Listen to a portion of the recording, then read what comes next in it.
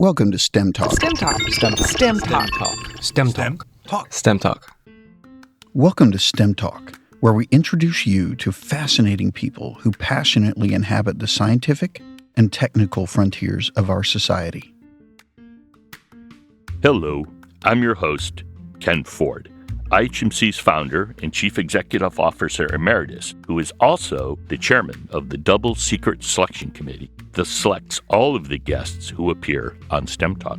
Today is Tuesday, April 14th. Just 4 days ago, the 4 astronauts of NASA's Artemis II mission splashed down in the Pacific Ocean, completing a successful and historic 10-day journey from the Earth to the Moon. For the first time since 1972, humans have ventured beyond low Earth orbit.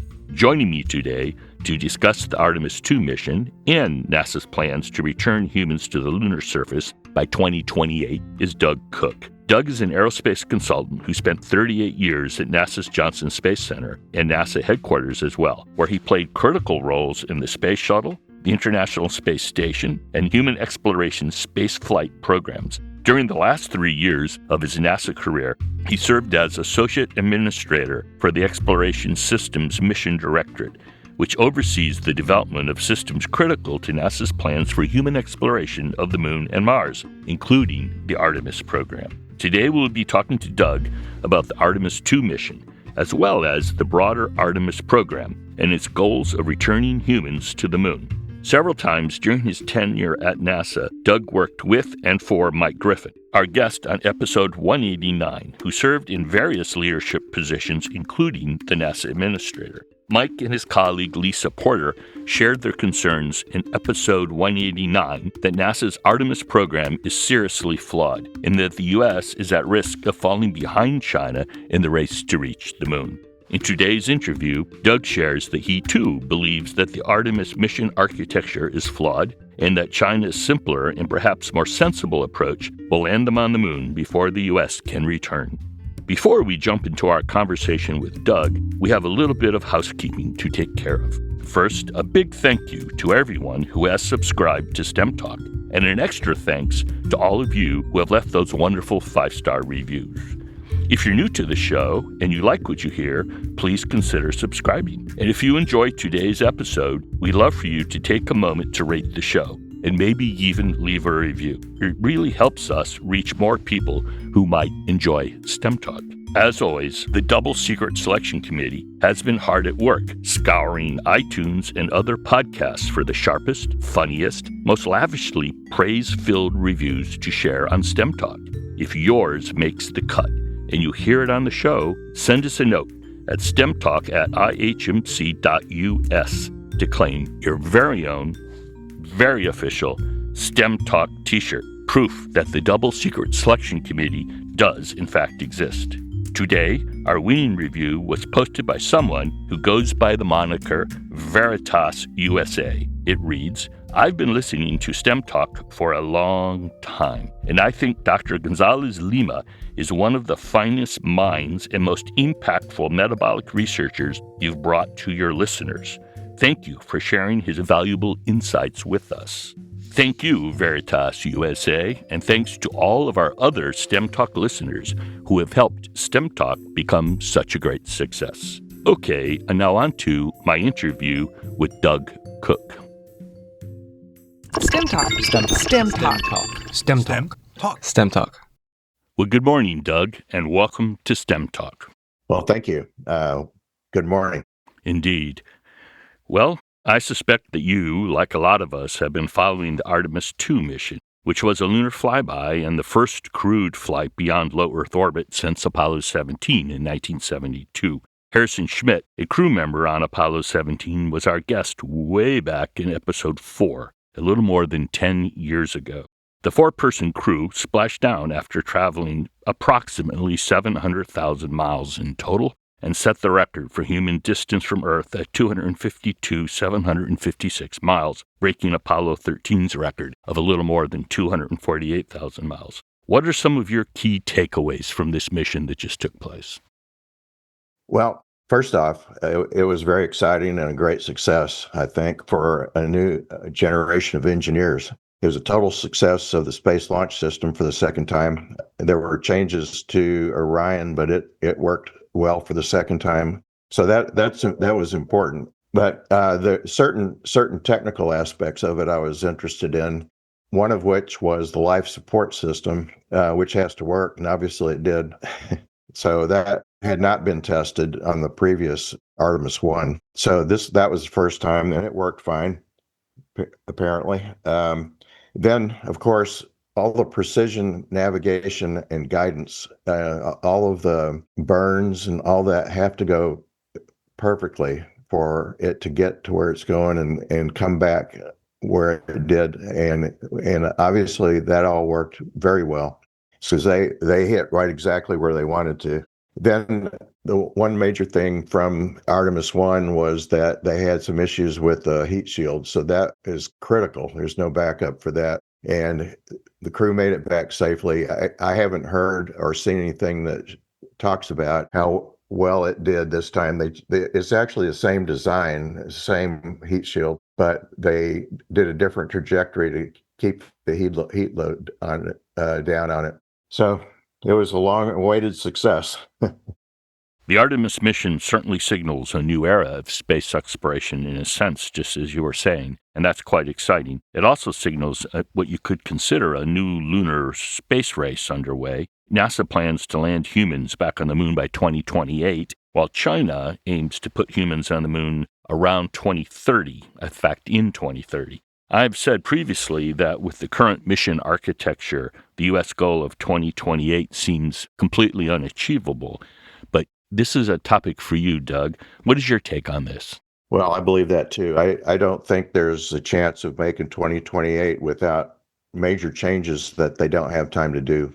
So obviously the SLS and Orion worked, but they don't have a lander yet that has been proven. And the problem with the architecture is that it's too complex. Mm-hmm. As I just described, Artemis II was complex, but for a lunar mission, they're planning on 10 to 20 plus launches to get the lander there. And to me, that defies credibility.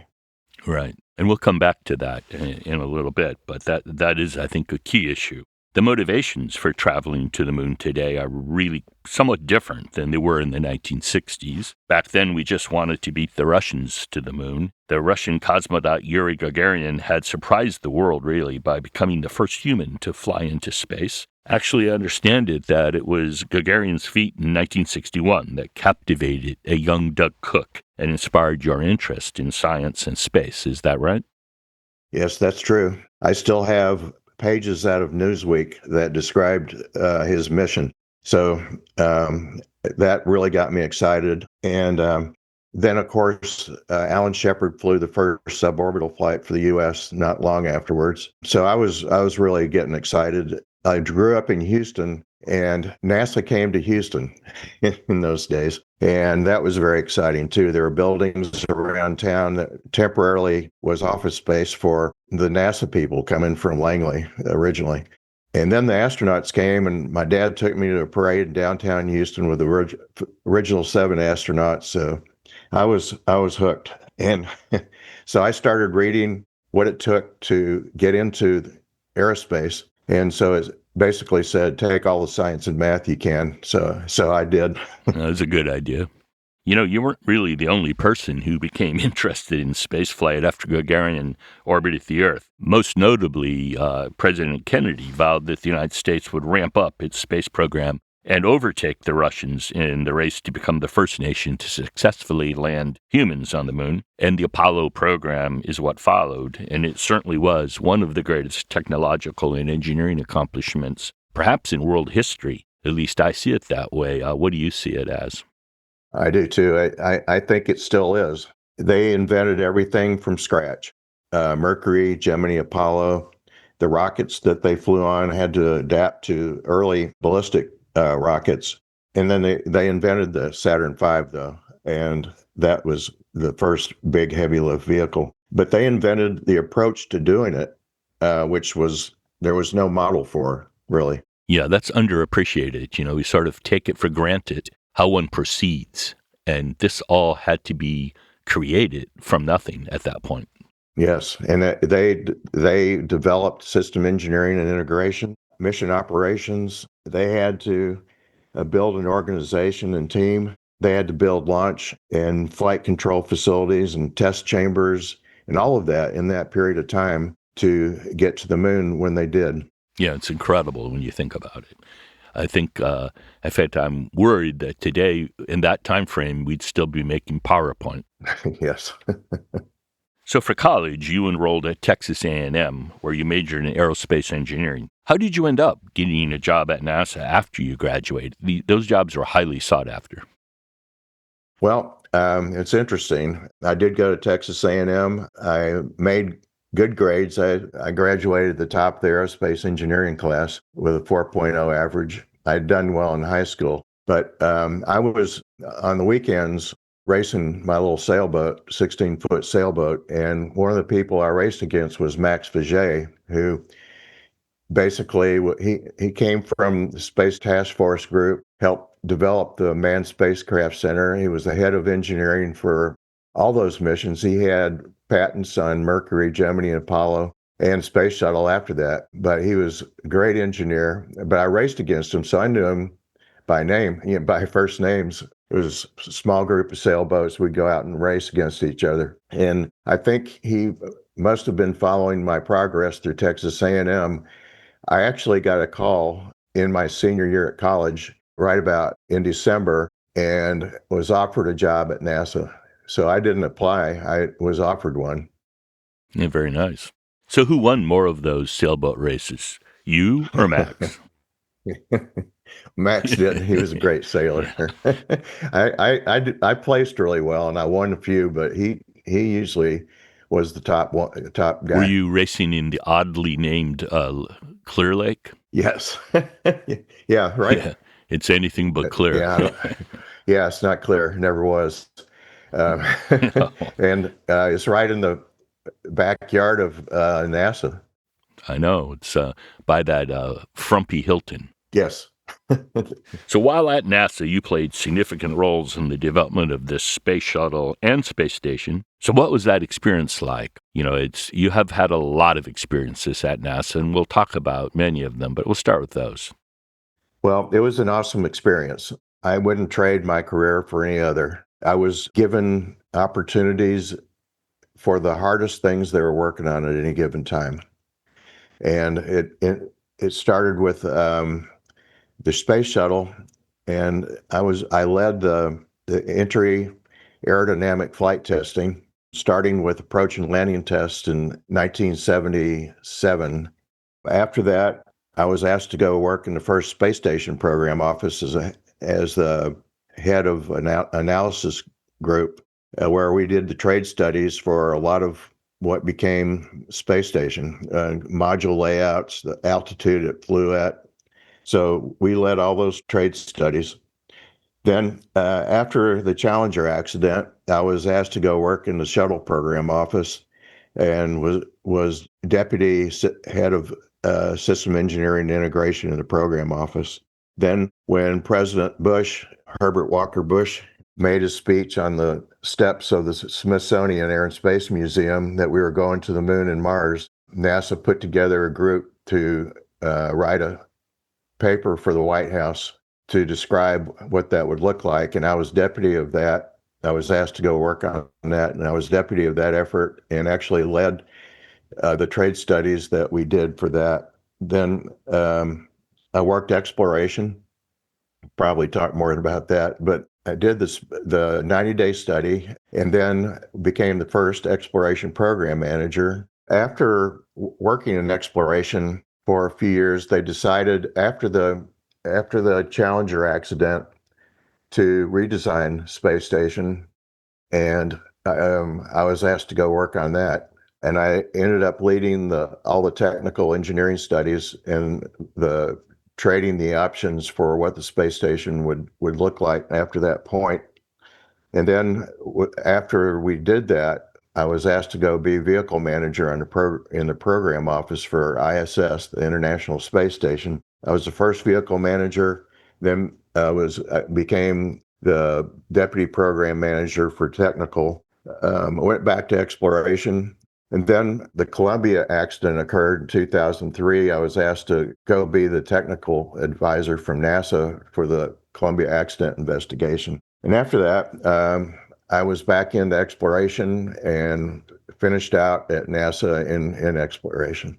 Yes, I remember the Columbia investigation group and your important role in that. And while you were at NASA, you were instrumental in other things like the Lunar Reconnaissance Orbiter, I think the Lunar Crater Observation and Sense-Lane satellite, and also the Exploration Technology Program. Those were all, I'm sure, very interesting and important. You mentioned you continued in exploration, and you became the head of the exploration program, as you mentioned earlier, in 1990 when Mike Griffin was the associate administrator. Is that when you first met Mike?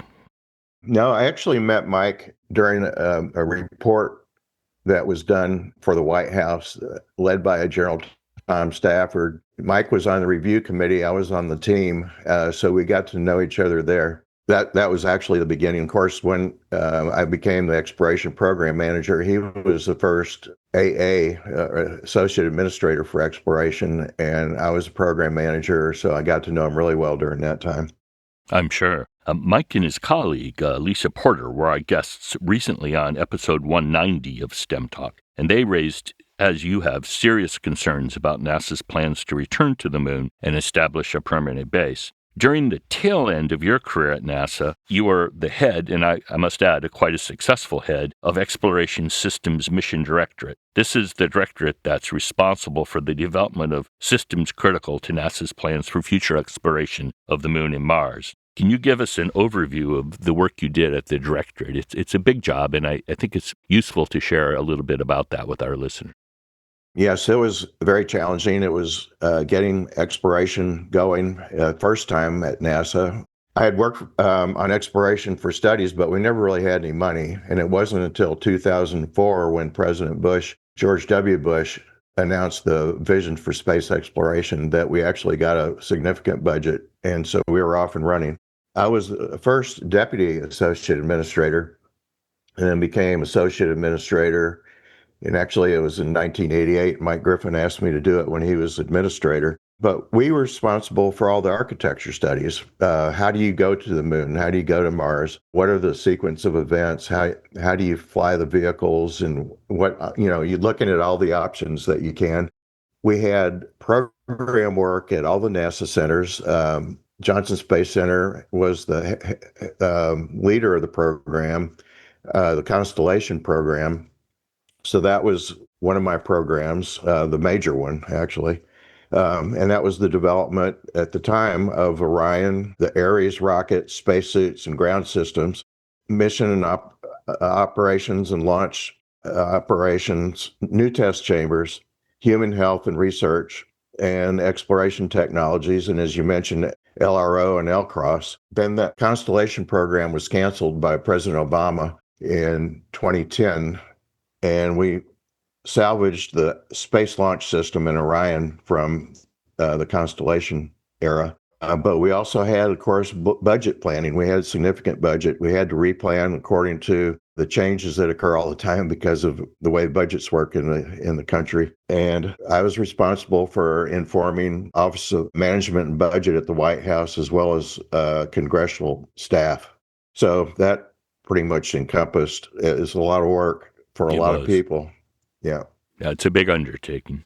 Earlier, I mentioned Mike Griffin and Lisa Porter's criticisms of the architecture for Artemis. And essentially, in a nutshell, their primary criticism is overly complex. And we'll talk about that in more detail. And I know you also believe the architecture is flawed and too complex. And we both think it's unlikely that we'll return to the moon anywhere near the time frame that's been stated. And you've written about this pretty extensively, but I want to draw attention to a relatively recent article you did for Space News. So before we touch on the issues you have with the Artemis program, I'd like you to briefly address why it's important and why it's a matter of national security that we return to the moon before China. Yes, that's very important. Lyndon Baines Johnson, back in the day, once was quoted as saying, control of space is control of the world. First in space means first, period. Second in space means second in everything, which I think captures it, and I think it's still the case. Things haven't changed in that regard. Being successful in space is a world leadership issue. And in going to the moon, the first one who gets there kind of sets the rules for everybody else and controls possibly the best locations for exploration of the moon. So that's very important. So it's leadership and technology. It continues U.S. national aspirations of being the most complex and forward-thinking that you can get to. The South Pole is important. That's probably where the Chinese will go. And there are locations, some of which are much better than others, for developing a site where you can go back to and potentially mine minerals. And there's evidence of water ice in the permanently dark craters. So it's a prime spot. And we studied that for years. The scientific knowledge is important. So it's all a matter of national prestige and accomplishment. And we should do that before China. Mm-hmm. I mentioned earlier the opinion piece that you did in Space News, stressing the need for NASA to come up with a Plan B for the Artemis mission. And you and others argue that without a Plan B, the United States runs the risk of waking up one day to find out that it has lost the race to the moon. Now, you've gone on the record as saying that China has a far simpler, more direct, and technically conservative mission plan than we do. Could you talk a little bit about this?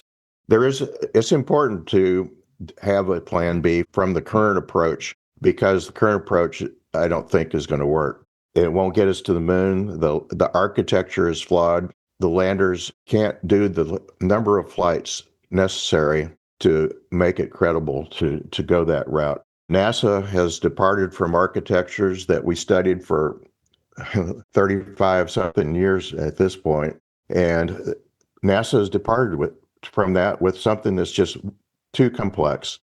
China is actually following the architecture work that we did better than the U.S. is at this point. Theirs is a very straightforward approach, very similar to the things that we studied in the past that were simpler. A Plan B could be done with 2 launches of Space Launch System, and you'd be done. And that's still complex, very complex, but it's the simplest way to do it. For sure. It's for some reason, we seem to be working hard to make something extremely difficult even harder. And I'm not sure I understand that. And this will come up more and more in our discussion. So let's talk about the specific issues that you and others have had with the current landing system architecture. At the heart of the complexity that's going to be a problem, I fear, is the landing system. So could you talk to us about why this is so problematic and describe the problem? Because I think for most of our listeners, they're not really aware of the issues around the landing system that's envisioned. Yes, the architecture itself is flawed and was flawed before they even selected the landers. I testified in a congressional hearing in 2019 that their architecture was too complex, had too many flights. They weren't using Space Launch System for what it was actually designed for. And others have done that since. Mike Griffin has as well. But particularly now that we have the landers selected, both of the landers that are under contract require cryogenic fuel transfer on a large scale in orbit in order to get the fuel necessary to leave orbit and go to the moon. We saw Artemis II do that with the upper stage on the Space Launch System to get Orion there. But the way they're doing it, they're using cryofuel transfer. And that's, in the case of SpaceX, it's liquid methane and liquid oxygen, which boil off. And so they have to have many flights while what's in space being filled, the stage that will send the lander to the moon is up there boiling off fuel, locks more than methane, so they have to keep launching in rapid succession of these giant rockets that refuel the transfer stage. So this is technology that really hasn't been proven, and it hasn't been done on any significant scale. And this is very large scale that they're talking about doing. Other issues are with the landers, particularly the SpaceX lander, Starship. It's very tall and a narrow base. If you think about landers like the lunar lander for Apollo and the successful landers, robotic landers on the moon and landers on Mars for that matter, they tend to look short and squatty so that the center of gravity is low and they have a large base to land with their extendable legs. But that can be, if you land and put 1 foot in a crater, you can tip over. So that wasn't even discussed in the selection statement. So that, to me, is a major concern. I think they still have heating problems from what I've seen on the videos with the Starship, and that's a big issue. If they want to reuse these rockets, and they intend to, in rapid succession, having damage to the rocket does not lend itself to rapid turnaround. So those are, to me, the biggest ones I know of, and I've been talking about it since 2019. Let's stay on this just for a minute. When you say it's tall, I think most people are not visualizing how tall it is. This is essentially a tower. Talk to us about the height of this lander. And in that region of the moon, the terrain is quite irregular. It's shadowed often, poorly characterized. Regolith is not well understood there. I'm concerned about a 5 or 10% even angle with a lander that tall and the dependency on the elevator. Can you talk a little bit about how high this thing actually is?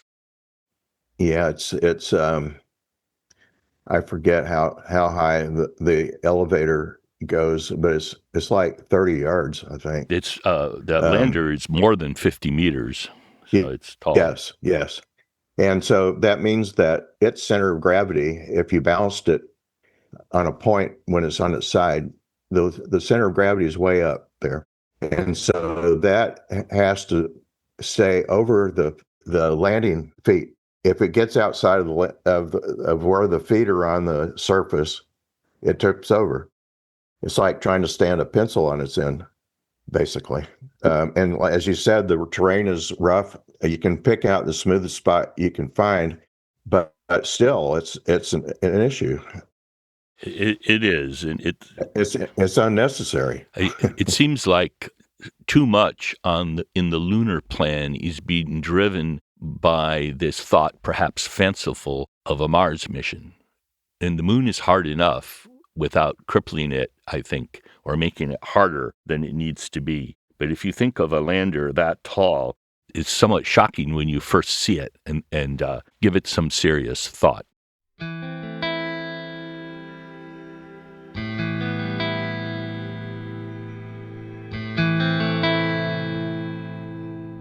STEM Talk is an educational service of the Florida Institute for Human and Machine Cognition, a not-for-profit research organization investigating a broad range of topics aimed at understanding and extending human cognition, locomotion, health span, resilience, and performance.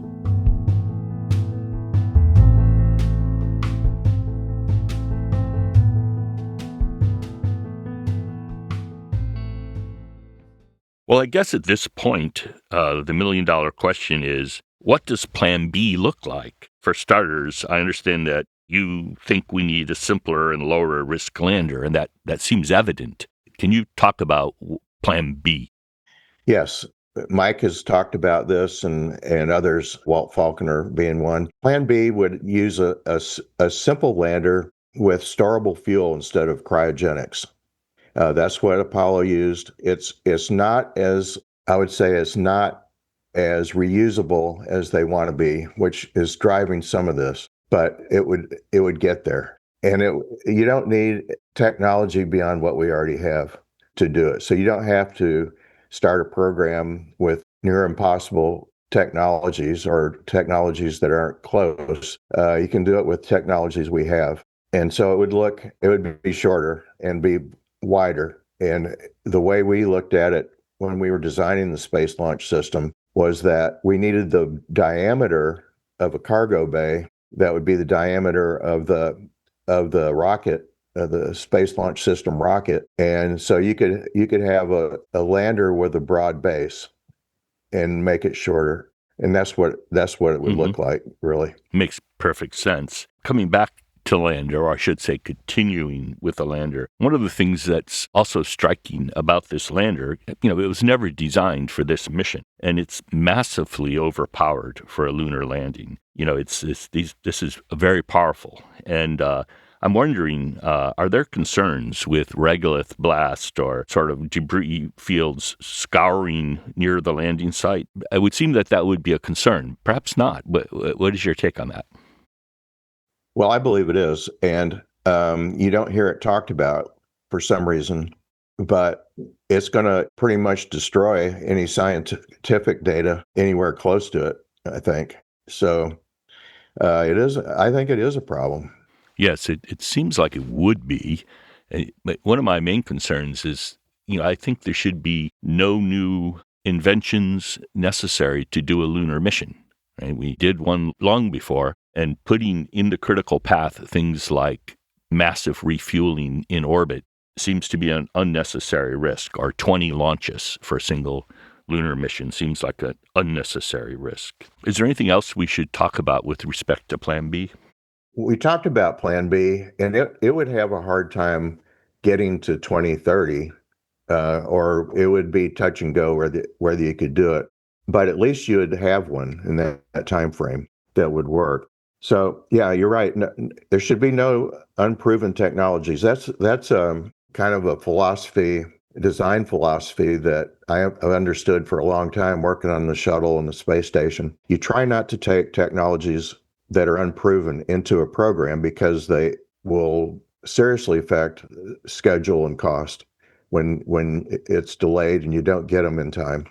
So that's very important. But the other aspects of this are not just the vehicles themselves. It's putting the team together that can do it. You got to put an A team together. You got to do it for procurement. You have to do the procurements much quicker, which can be done.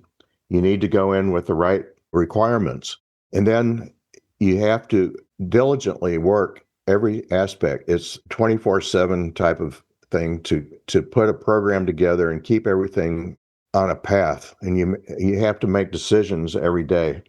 So you have to manage the contracts diligently, which tends not to be the case in a lot of times. But you have to stay on top of the contractors for sure. And I've been in part of that in both space station and space shuttle programs. Yes, you have, and as one thinks about the current architecture, lunar architecture, a very nutshell, I would think, way to think about the unease that some of us feel is that the success of the entire mission is contingent on the hardest, least proven element. It's the well-proven parts aren't the risk factor here. The risk is really around adapting to the needs of this particular lander. Yes. You don't take technologies into a program if you can possibly avoid it. One thing to think about on all this is with the number of launches and critical operations that it takes to do this mission with that lander, or Blue Origins for that matter. When you have that many critical operations, each one comes with a probability of success. And if you multiply probabilities together, the probability for the mission success is much lower with that many critical operations. The simpler that you can make it in terms of those operations, the better. And as I mentioned earlier, on Artemis II, that was every critical event, like translunar injection, all little course corrections, everything had to work just perfectly, practically. And when you stack all that up with multiple flights, the probability of success of the mission is much lower. Yes, and I think it's agreed. And I think it's important that the listeners understand that the two lander designs that share these unfortunate characteristics aren't because this is how they thought the best way to land on the moon was. They were responding to specifications from NASA. Absolutely. There was a high interest in reusability, which is something that's needed as far as you can do it. But it drives things to be too complex in this case. And for going back to the moon after 50-some years, you don't want to make it that complex. It's just it's asking too much. So that was a primary driver in all of this. But on the other hand, NASA's requirements for the lander going into the competition was not very specific. And in this case, the lander that they selected did not even fit the architecture that NASA had at the time. So you get into those kind of issues. Yes, indeed. You and many others, including myself, believe that private industry, in particular SpaceX, Blue Origin, and many others, will play critical roles in helping the United States maintain its leadership in space exploration. How do you see the roles of private industry evolving and expanding? I mean, there's some confusion here also. Currently, everything that we send into space is built by a private company, whether it's SpaceX or Boeing or Lockheed. But could you talk about the role of what people sometimes characterize as new space? Yes. What they've gone to is in what they call commercial, is buying services, more or less. Instead of being a part of the design, NASA, they help along the way, but it's not the same. There's not that much insight. These designs end up being proprietary with the new space in the so-called commercial aspect of them. In the conventional contracts, NASA is involved, has insight and oversight, and makes sure that everything is done for success and safety. So that's a big aspect of it. So NASA's not as hands-on on these. And when it involves human lives, it's very important that it all work well. Yeah, I'll say. You know, as someone who spent nearly 4 decades at NASA, it must be somewhat disheartening to see us as a nation squander really a 60-year head start in space exploration.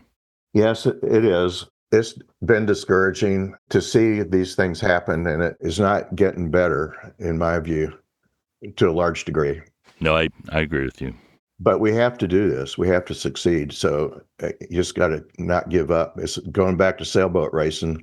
You can get behind, but you never give up. Well said. We mentioned Mike Griffin in his House Committee on Science, Space, and Technology testimony. He had a great quote. He said, "We have squandered a 60-year head start in pioneering the space frontier to a nation that, without reason or provocation on our part, has chosen to become our nation's adversary." That quote is both accurate and well said. I believe so. I believe it's very well said. So, China says it plans to send a crewed mission to Mars around 2050. NASA, however, has plans to send humans to Mars by 2040. Elon Musk has gone so far as to say he plans to send humans to Mars by 2029, which, of course, everyone knows is ridiculous. That's not going to happen. We'll be lucky to get to the moon by 2029. In fact, we won't. When Musk says things like that, it outrageously minimizes just how difficult a mission to Mars will be. At NASA, you were involved in the very early planning of a Mars mission. Can you talk about the challenges we face on such a mission? Yes, it is very challenging. And if we can't make it to the moon by 2030, which I don't think we will on the current course, there's no chance of getting to Mars very quickly either. But the missions are challenging. They're not short missions. They're 500 to 1,000 days long to go there and come back with a crew. And so that means that they have to be sustained through that period of time. And everything has to be low weight because there's so much mass that you have to launch to Mars just to make the round trip, even using cryogenic fuels, that it would take 6 or 7 space launch systems to do it or more. So that's getting into the realm of very hard as well. So you try to keep the mass down to the degree you can, and you go after technologies that will help you be able to have less fuel, for instance.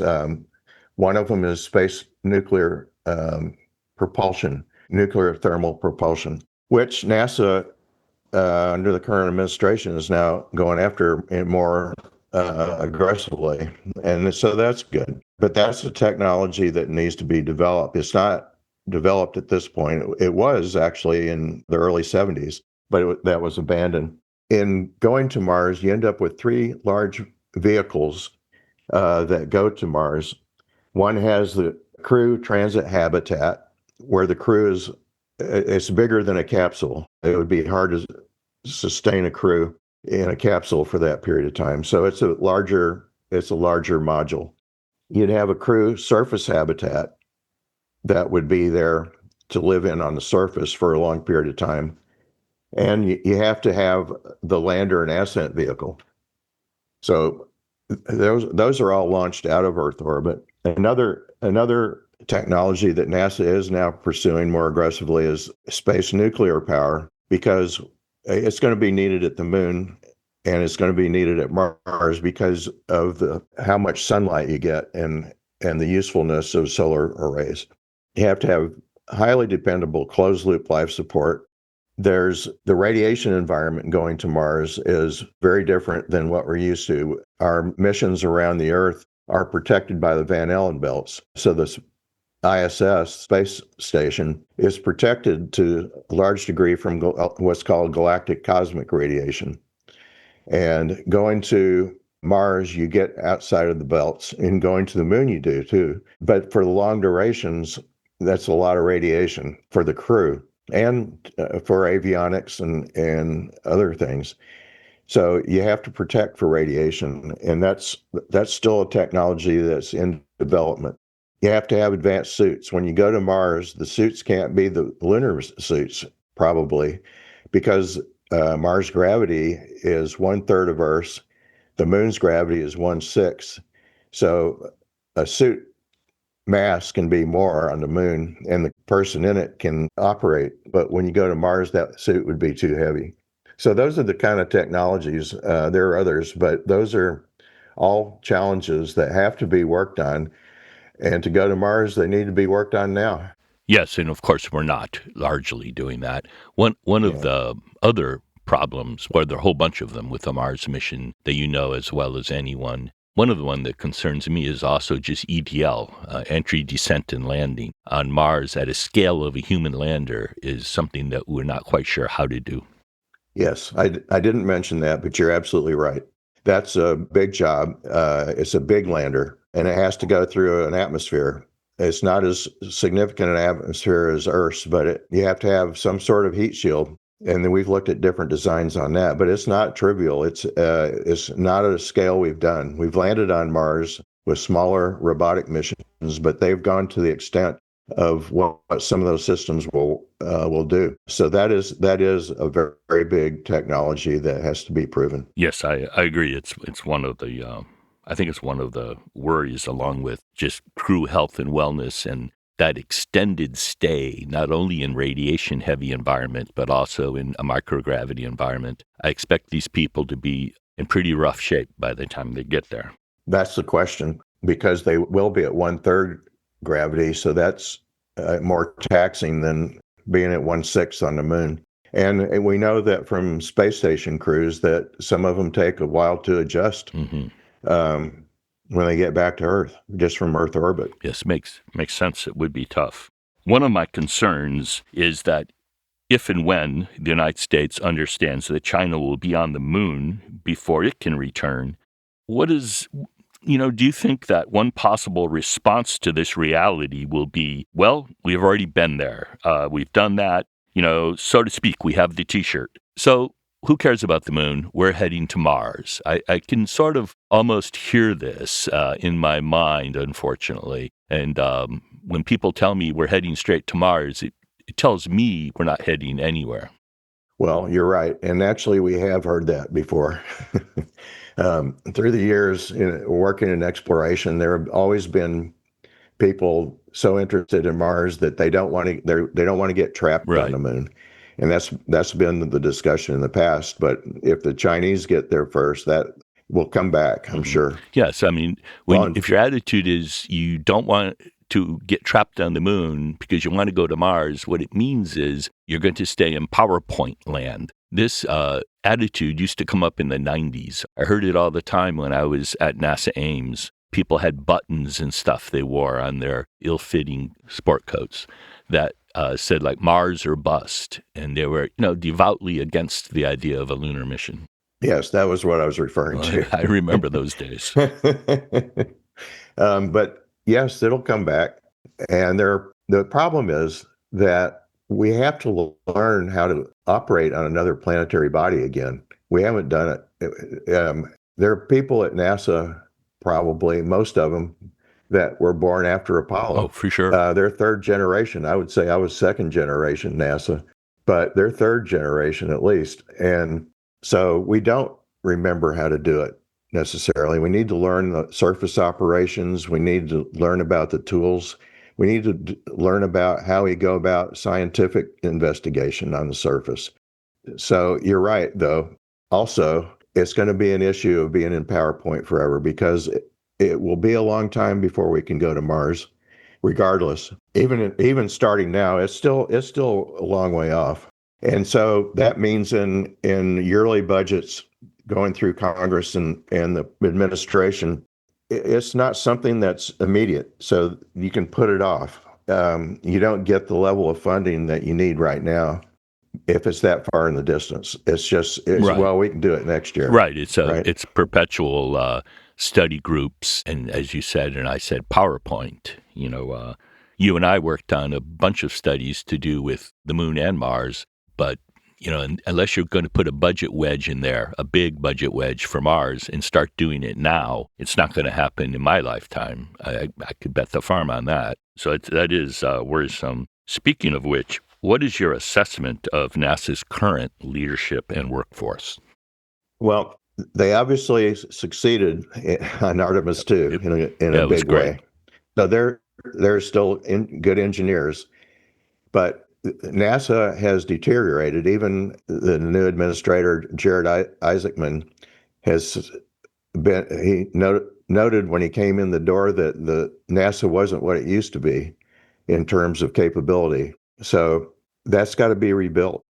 And unfortunately, the way decisions are being made these days is more top-down driven without necessarily having the input and data to make those decisions. It's make a decision, then you have to clean up afterwards to make it work. You need a strong engineering base.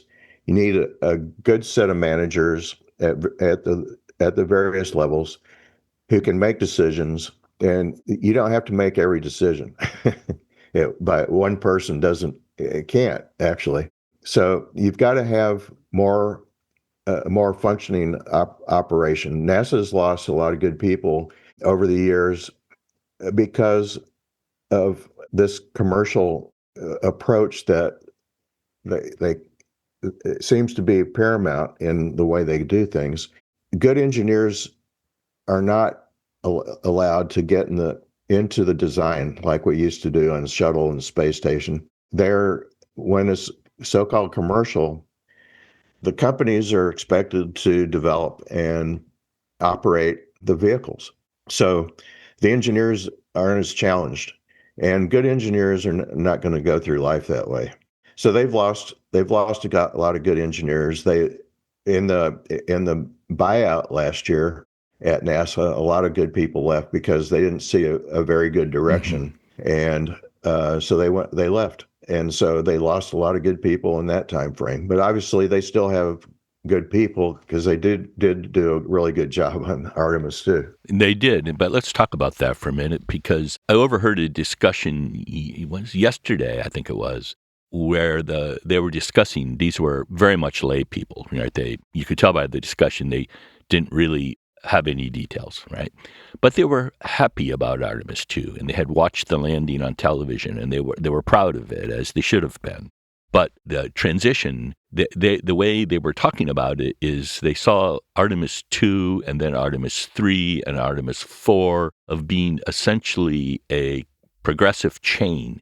using the same kind of hardware, and they had imagined, everything sort of building on it. And, there's the difference between the planning and the kind of space systems used in Artemis II. They will be used in the other Artemis missions, but as we talked earlier, the sort of critical risk factor aren't those two elements. So we've added now an extra mission. When I say we, NASA added an extra mission, so as Artemis III. Could you talk for the listener about what will happen in Artemis III and what components will be evaluated? And then, again, come back just to close up the discussion on Artemis IV.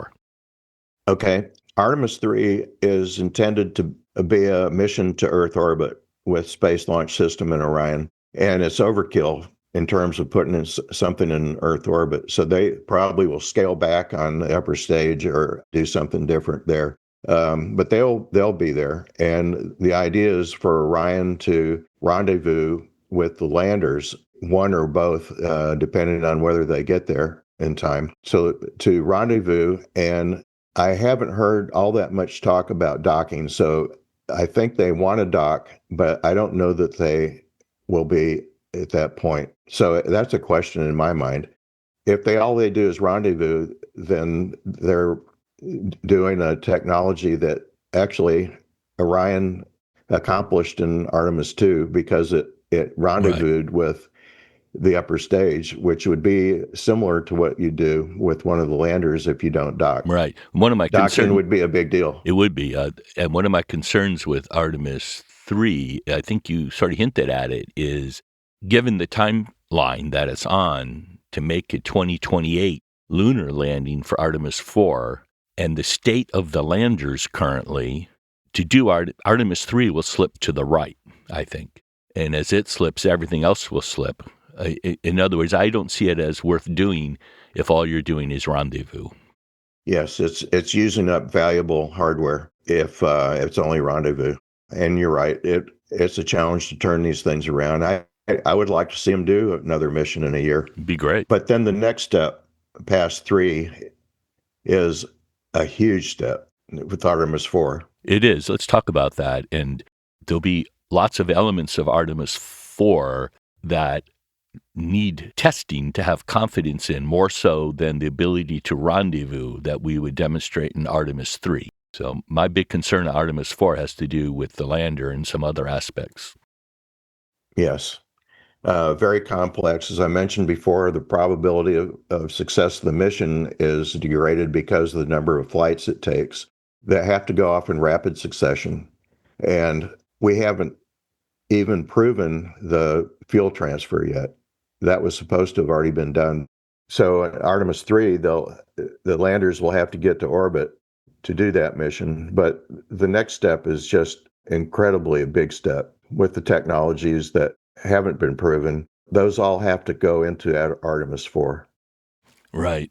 Well, on that note, I do hope we're wrong about all of this. But what I really hope is, as a nation, we do a quick rethink and refocus on something like Plan B. But, Doug, this has been fun having you on the show, and we should have you back in the show, I think, in 2028 to see if NASA is indeed on schedule to return astronauts to the moon. And as I said, today has been a lot of fun, and thank you for joining me. After retiring from NASA, you and your wife settled in Gettysburg, Pennsylvania. So I guess it only makes sense that in your free time, you collect Civil War artifacts. I mean, Gettysburg, Civil War, what could be better? How did this hobby come about? It's funny. I have a copy of a picture of my great-grandfather, who was a Texas volunteer at the age of 14. Wow. And he's holding a gun, a short rifle. And I wondered what that rifle was. And then my wife, Renee, and I used to go to New Orleans once or twice a year. And there's a shop down there that sells Civil War artifacts, yes, guns, swords, and I didn't realize till that time that you could actually buy them. I thought they're all in museums. So then I started looking for that gun. Well, it wasn't that common a gun, so I ended up buying other guns and swords before I ever found one. So that's kind of how it got rolling. So you ended up with a collection on the way to that one. Yes. And it hasn't stopped. I understand. In fact, I not only understand, but I have experienced several of them, that you also collect antique cars. I suspect that's a bit more expensive than collecting most Civil War artifacts. Yes, it can be. They have to be maintained, and depending on the condition they're in, you might have to do some restoration, that sort of thing. Mm-hmm. So it's also enjoyable. I enjoy the old cars. Great hobby. What's your favorite car that's in your collection so far? Well, I'm claiming this is it. I'm not collecting any more cars. I have said that before. I'm sure. But my favorite is the last one I bought, which is a 1937 12-cylinder Rolls-Royce Phantom 3. Wow. Limousine. Wow. That would be just the car to pull up to the Cosmos Club in D.C. Yes. We should do that. It's a whale. I have, in your collection, I also have a favorite car. Can you guess what it is? I bet it's the Cobra. It is. That particular one is that particular kind. You have one of the ones that was produced in South Africa, right? Yes. Yeah, those are actually my favorite. Yes, it's great. It runs great. Yeah. It's 427 Rouse racing engine. Yeah, those were exceptionally good versions of the Cobra. Well, Doug, thank you for joining us today. As I said earlier, it was fun, and it's been really good to reconnect with you. Well, thank you, Ken. I always enjoyed chatting with you, and it has been fun. I've enjoyed it.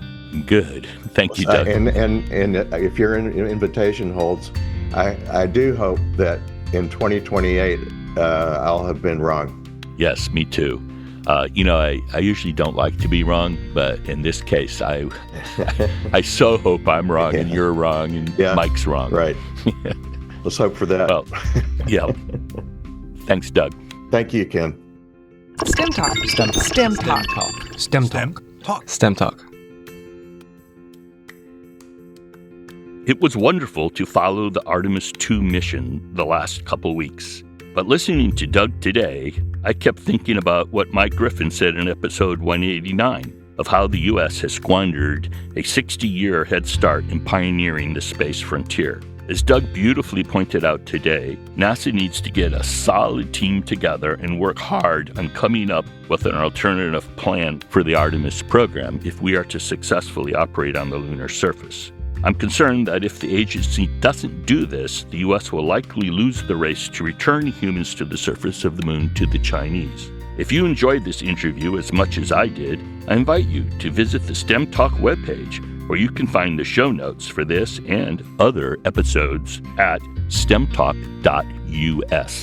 This is Ken Ford saying goodbye until we meet again on STEM Talk.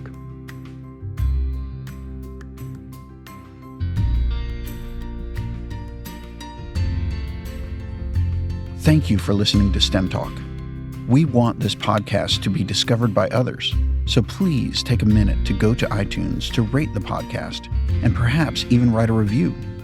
More information about this and other episodes can be found at our website, stemtalk.us.